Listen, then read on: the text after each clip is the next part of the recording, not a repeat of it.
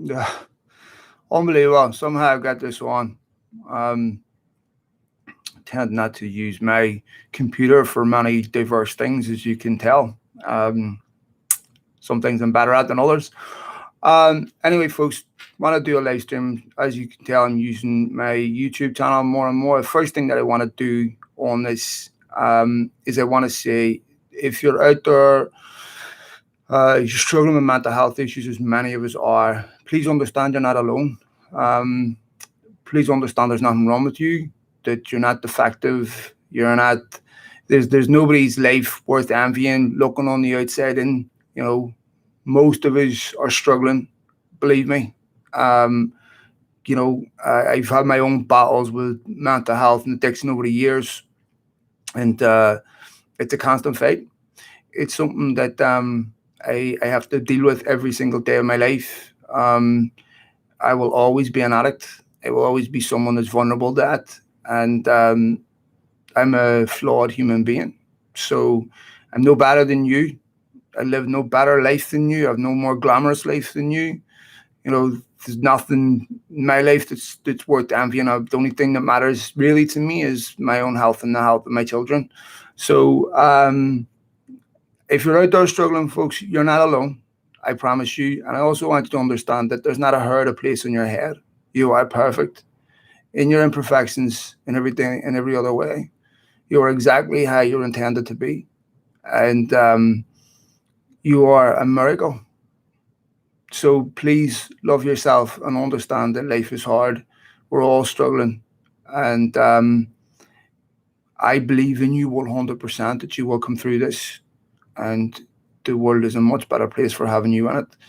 And there's so many great things for you to go on and accomplish in your life that you haven't done yet, that you haven't experienced it, and you will look back on this period in your life and realize that it was a teaching moment.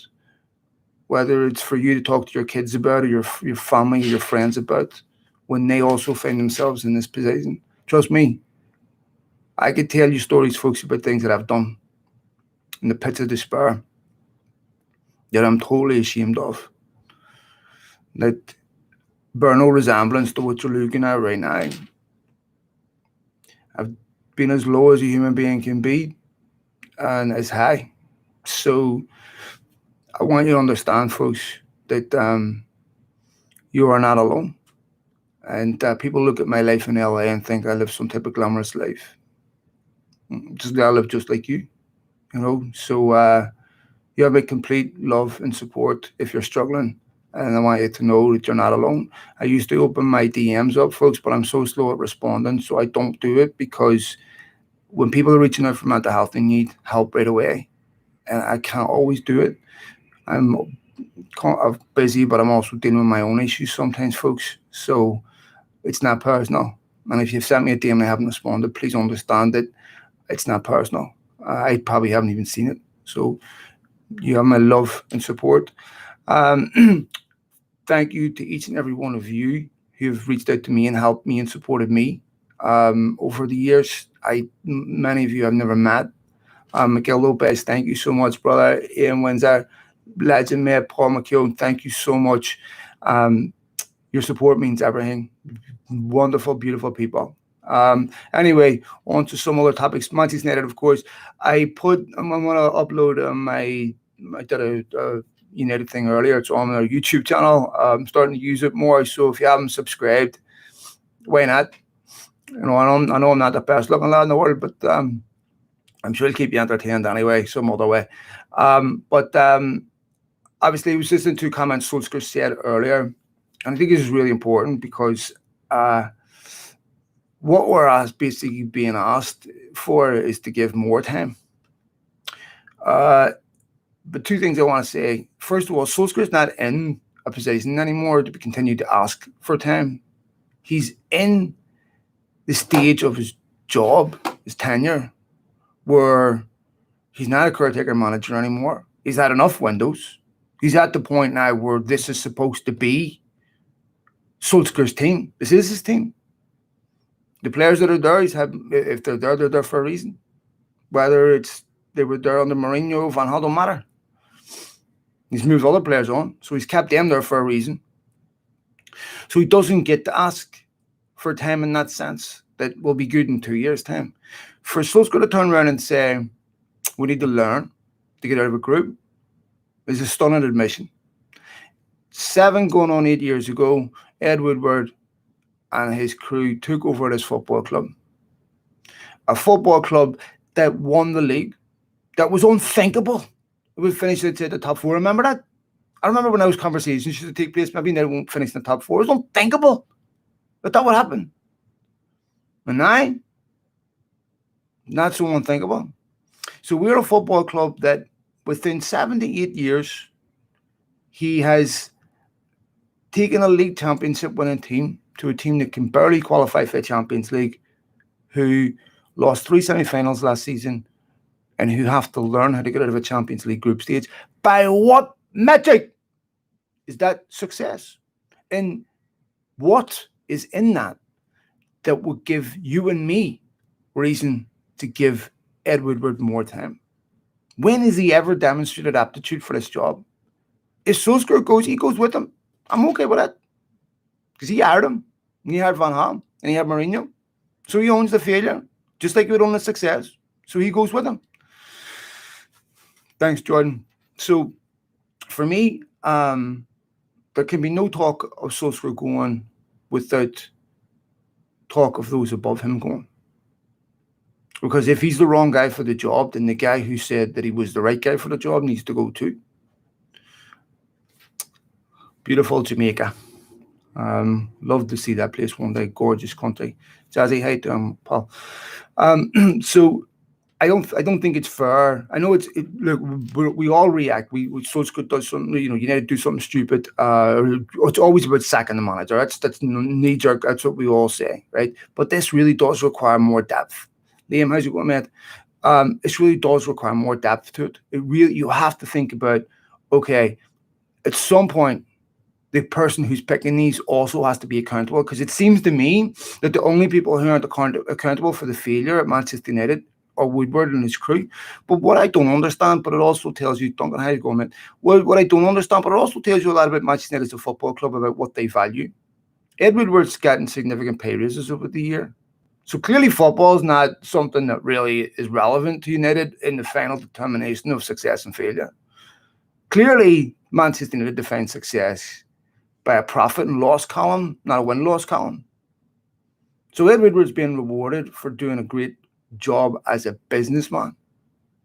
This is a football club. And the minute football clubs get taken over by people who care nothing about football but care only about profit is really the day we lost United. The Manchester United that I fell in love with in the 80s, that's gone. That's been piecemealed and sold and gone. Right? Now we're looking at a club with a brand like Disneyland. As you go on, Derek, down on the rebel country. Correct. Now we're looking at a football club whose only objective is to monetize everything they can. And if they can find a way of monetizing United without it correlating with success on the field, they will. Right? Because they don't know how to deliver success on the field. But their ego won't let them get out of the way. But they do know how to prostitute Manchester United's history to any potential sponsor that wants it. Who cares about the ethics of the sponsor, as long as they pay money? This is why I have my serious doubts that we'll ever see what we saw under Fergie. When Fergie left, there was a power grab at the football club. That vacuum was filled by the people at the top. They took that power. David Gill left. Redistribution of power. No manager will ever have the clout that Fergie had again. That's understandable. That happens well throughout football. But the difference is, at other football clubs, they're run by football people. I spoke to people who worked at Manchester United, also worked at Bayern Munich, who also worked at Ajax and Barcelona. So they know what a football club looks like from top down. Folks, what they tell you is very, very concerning. But not surprising. So Manchester United are a football club in name only. They're a business that happens to play football. We talk about the Glazers. Weirdly, one of the thing that annoys me the most about them isn't this, what I'm talking about. It is the fact that they've robbed me and many other United fans of passing this on to our kids, of buying them shirts and things that identify them as a Manchester United fan. Because now we can't do that anymore without feeling guilt. You can't buy anything from Manchester United without feeling like you're feeding this despicable regime, these despicable owners that have no business being at this football club. I know Manchester United will try to spin it whatever way they can, but you judge a person on what they do, not what they say. And these people that are in suits, they're professional con men. Thanks, Grant. How's it going, mate? Weekly Armchair Podcast. Thanks for all your support, folks. Really, really appreciate it. I'll talk to you about that in a minute.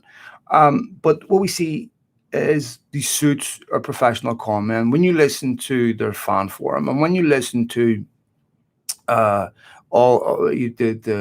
investor calls, one of the things that they've perfected is the ability to say a lot without saying anything. So they'll say things like, we remain committed to supporting the manager, to bringing the best players on. What the does that even mean? You remain committed? I would hope you would remain committed. If you're not committed to supporting the manager, what are you doing? I mean, it's a bit like a janitor saying, I remain committed to mopping the floors. Well, I would hope so. Title to take that for granted, aren't they? What does that even mean? Look at the transfer window. Did United behave like a football club in over the summer that we're using that Champions League qualification as a springboard to try and improve and win it? No. No intentions of winning it. No intentions. Let me tell you the equation that United had calculated. How much would it cost for us to invest in the team to win the Champions League? Well, maybe another 150 million. Arbitrary number. How much do we get back for winning it? 25 million. No, thank you. Risk and reward. It's what businessmen do every day. They look at it, they go, does this make financial sense? No, we don't do it. Let me tell you, I live in America. Okay, so the American mentality to sports is very different. They, first of all, have no problems with gluttony and monetization of sports. They're used to it. It's a different culture, not better or worse, just different, right?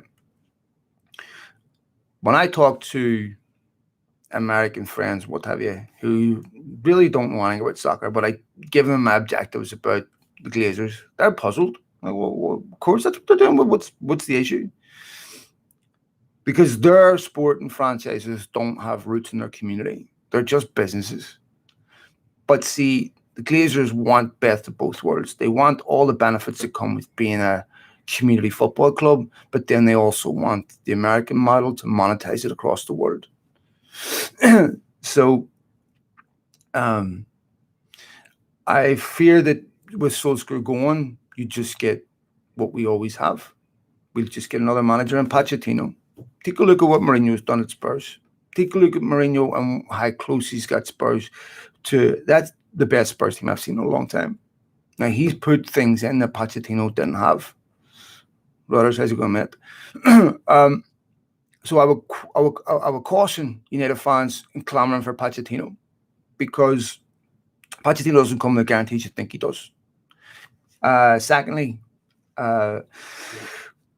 Pochettino may have got United through that group on Tuesday, but so what? I mean, unless he's capable of bringing a league title to Manchester United, it's irrelevant. There's small micro improvements, but I don't know how anyone can win a league title at Manchester United when you are infested with ineptitude above you, rank incompetence. And anybody who placed any value on a football club achieving football goals would have ended this charade a long time ago. Do you think we would at Real Madrid or Barcelona would have been getting away with spending $1 billion and being in this mess? Neil, how's it going, man? Do you think we are incredibly fortunate right now that this is in the middle of a pandemic. Sorry, that's terrible, Freeman. What I mean by that is, of course, we're not fortunate. But what I mean is, in a football sense, right? Because if Real Madrid and Barcelona were business as usual and had money, the stories in Marca would have already started over Fernandes. The stories in AS would have already started over Fernandes. The whole unsettling would have begun. And look, that's the law of the jungle. You need to pick off Robin van Persie for the same reason. Don't show me profit and loss columns. I don't care. Show me trophies. That's how I define success. Players define success by trophies. Of course, they like to pick up the money too. But most players define success by trophies. That's what they want. The fact that people at Arsenal felt that would appease a player, a profit and loss column, shows you how ignorant they are about what footballers really want, about what football really is, and about what athletes really want. Athletes will get the money anyway, right? But men in suits aren't athletes. They were never good enough to be athletes. So they have only one way of creating revenue. So United now find themselves in the same situation that Arsenal found themselves in with Robin van Persie, with Bruno Fernandes. How long can we keep a world-class football player by not being a world-class team that prioritizes winning trophies? I said earlier about Haaland. Now, when you refuse to buy a player because you're already more concerned about how you're going to sell him, and you completely eliminate from the equation what he would bring you on the pitch for the 3-4 years he spends, right? Now imagine United decided to not sign Ronaldo because George Mendes said, hey, I want an £80 million buyout clause in there. Imagine what United would have lost. But hey, we didn't get taken to the cleaners and we got the money in our pocket. Let's all celebrate. I'm a football fan. There's a reason why I don't stand outside Chase Bank with a scarf. I don't celebrate business. I don't celebrate business accomplishments. I celebrate football accomplishments. So it's of no consolation to me that United are parsimonious. No. I want to see football players in United. I'd rather see Haaland play 3-4 years for United, score 100 goals. Those 100 goals may be the difference between getting through, maybe bringing trophies. Who knows? And if we sell them for a couple of years at a decent profit, so what? Anyway, folks, thank you for each and every one of you for downloads, likes, retweets, all that there throughout the year. I hope you're all safe. To go back to my opening, if you're struggling, please reach out. All right. Life is much more important than football, and I care about you whether you're a United fan or not. It is irrelevant. I hope you're all well. I'm just starting these streaming, so we'll do more of them. But thanks to all of you folks for all your support. And if you haven't subscribed to our YouTube channel, please do. I appreciate it. Thanks, folks. Be safe, everyone. And thanks for tuning in to my first live stream.